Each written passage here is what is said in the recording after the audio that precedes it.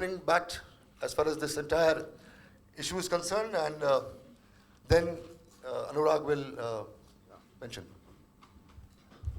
The more things change, the more they remain the same. The year was 1973 when I began my career as a filmmaker. My first film, Manzile Aur Bhi, came into problem with the censors. It was refused certificate for trying to subvert the institution of marriage. After a long 30-year career in the year 1998, when I hung my gloves as a director, my film Zakham, which was autobiographical, also ran into trouble with the censors when we had, the chairperson was our dear Asha Parekh ji. I had to fight with the government of the day and finally release my film at huge costs. Subsequently, the film got a national award for Best Film on National Integration and even Ajay Gora Award. But what was heartbreaking was what I was subjected to. The year is 2016.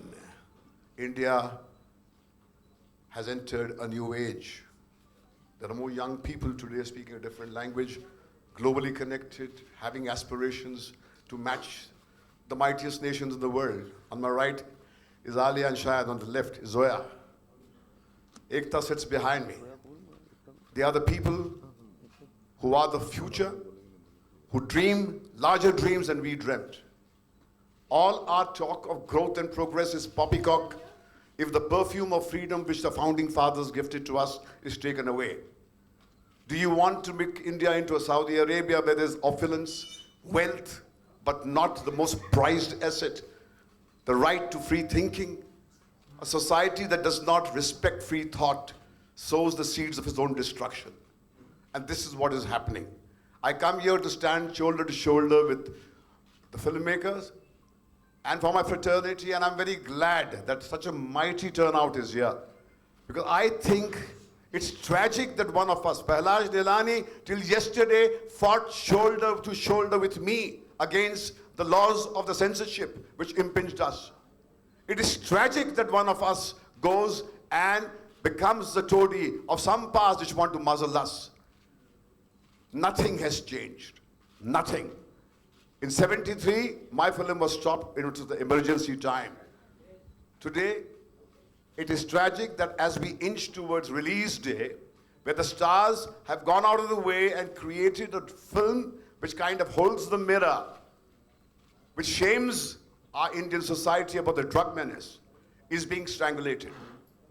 I think every freedom-loving individual must stand up and articulate his anger against this practice that's going on here in Bollywood.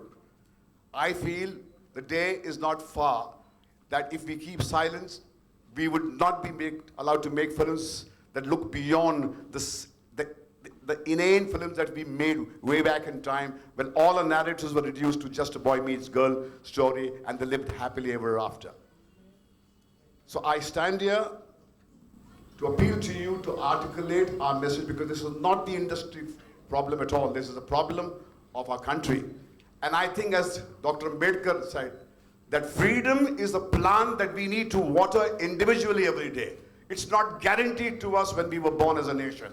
This generation now, we all need to give our contribution to preserve this freedom, and that's what we are doing. And I will fight till my last breath to preserve the freedom of free thought. This is the land of Buddha, this is the land of Gandhi, and I dare anybody who can stop me from doing that. That's all I have to say. Thank you, my friends.